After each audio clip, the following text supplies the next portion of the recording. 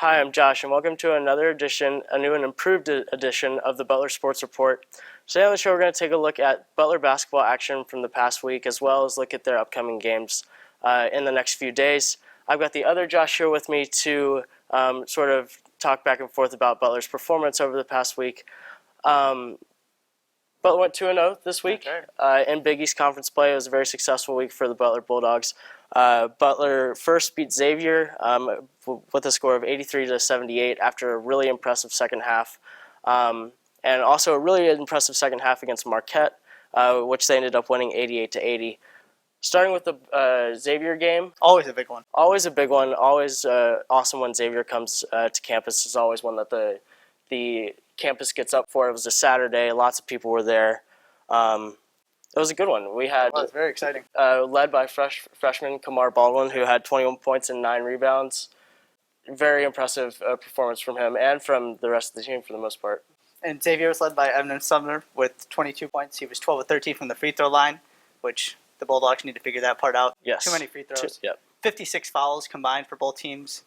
There's a lot of free throw shooting. Yes. And on the other side of that, Butler did shoot just as many free throws as they did. Both teams were in the double bonus with over 7 minutes to go in the second half, which was one of the reasons Butler was able to have such a successful second half, scoring over 55 points after only having 25 points at halftime and ending up with a score of over 80 points. They've got to figure out a way to do that in the first half as well. Right. That was a common theme this week. Yes. Bad first halves. Followed by great second halves. I think something that they struggle with is being not aggressive enough in the first half, settling for jump shots maybe when they shouldn't. Because obviously when we're aggressive, we draw fouls, we get to the free throw line, and Butler is a top 50 free throw shooting team in the country. So when we get to the stripe, we definitely make it count for the most part, and just something they need to find to be more consistent. Because when you play, most of the time, if you're down big in the first half, at the end of the first half, if you're playing a good team, you're probably not going to have a chance to make up a 10, 15 point deficit. Right, and against Xavier, free throws really were the difference. Butler was 33 of 38 shooting just under 87% from the line, and Xavier was 28 of 39. That was the difference in the game, was the ability to shoot free throws. Yep, for sure. So that is a promising sign. Also, Butler only had 9 turnovers, and Xavier had 16. So it wasn't necessarily pretty, but they got the job done. Yeah, they for sure got the job done, and that's a big win against a top 25 opponent, at least at the moment. Xavier's a top 25 team. And then a couple days later, it was a busy weekend for Butler. They played twice in 3 days, and they played Marquette on Martin Luther King Jr. Day. Very similar first half against a team that is considered not as good as Xavier.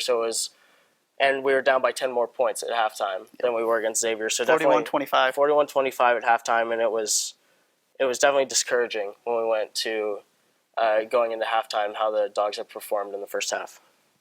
Marcus Howard for Marquette had a fantastic first half, fantastic game. He scored 26 points in only 23 minutes. Yeah.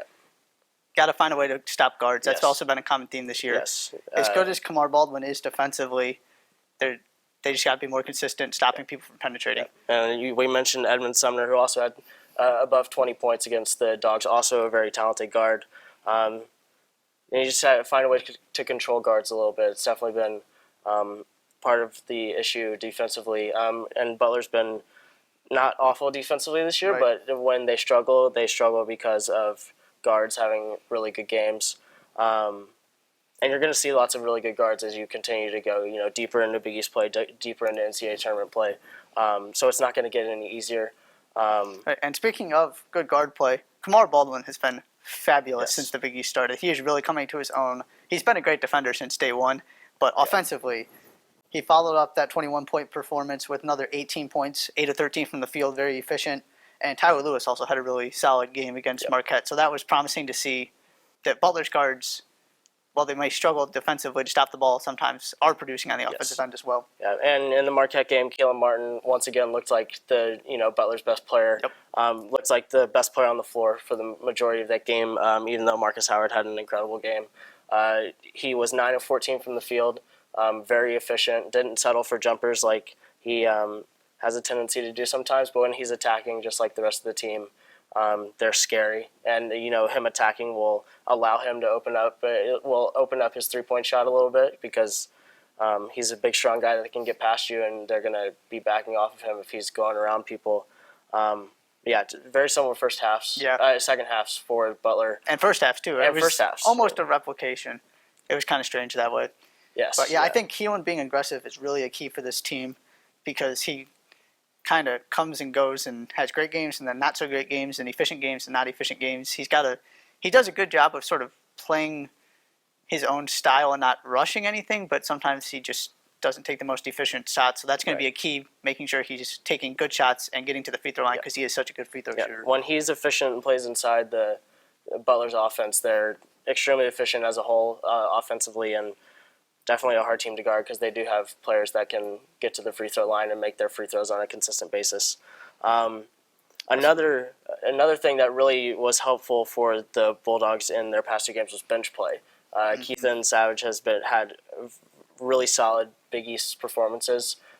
He had 17 points against Marquette, and he just plays with an incredible energy coming off the bench that seems to ignite the Butler offense at times when there's not a whole lot of movement going on, and he's definitely plays hard on the defensive end as well. Yeah, he's finally fully healthy and fully physically fit and ready to go, and it's been great to see him produce at such a high level. And speaking of guard play, the challenge of defending guards does not get any easier this week. The Bulldogs travel to DePaul tomorrow, and they're led by two guards, Eli Kane and Billy Garrett, who are both averaging over 14 points a game. Not the most efficient scorers, but as Billy Garrett III proved against Villanova, they can take over games and they can really cause trouble. So that's going to be a key going forward as well. Yeah, definitely. They're definitely going to have to figure something out, being more consistent on the defensive end against guards, because the Big East is full of guards who can score.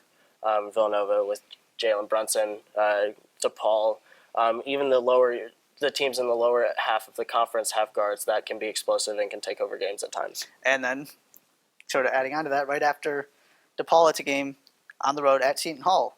And Seton Hall is led by their three-headed monster of two guards, Gideon Carrington, who's averaging over 17.5 points. Desi Rodriguez is 16.5 essentially, and then Angel Delgado is averaging a double-double. So the challenge doesn't get any easier because it's Big East and everybody's coming ready to play every game. But there is sort of a break in the schedule for the Bulldogs now, at least compared to what they faced the past couple of weeks, which is nice. Yeah, very tough Big East schedule at the beginning of the schedule. Played Creighton, Xavier, and Villanova in 3 straight games, not in that order, and came out 2-1. And now we have a bit of a rest.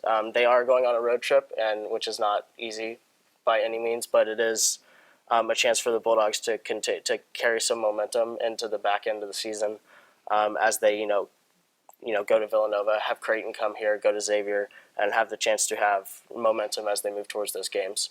But definitely a productive and successful week for the Butler Bulldogs. Both they've seen some promising things, as well as it's always nice to get W's in to get wins in the wins column and see improvements at the same time. Absolutely. And the basketball team is not the only one in action. Yes. Spring sports, most of spring sports are going to be getting into action in the next few weeks. However, both the men's and women's track teams and the men's and women's tennis teams are both in action.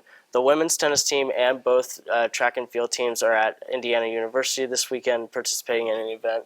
So good luck to those teams. And the men's tennis team is in Green Bay participating in an invitational as well.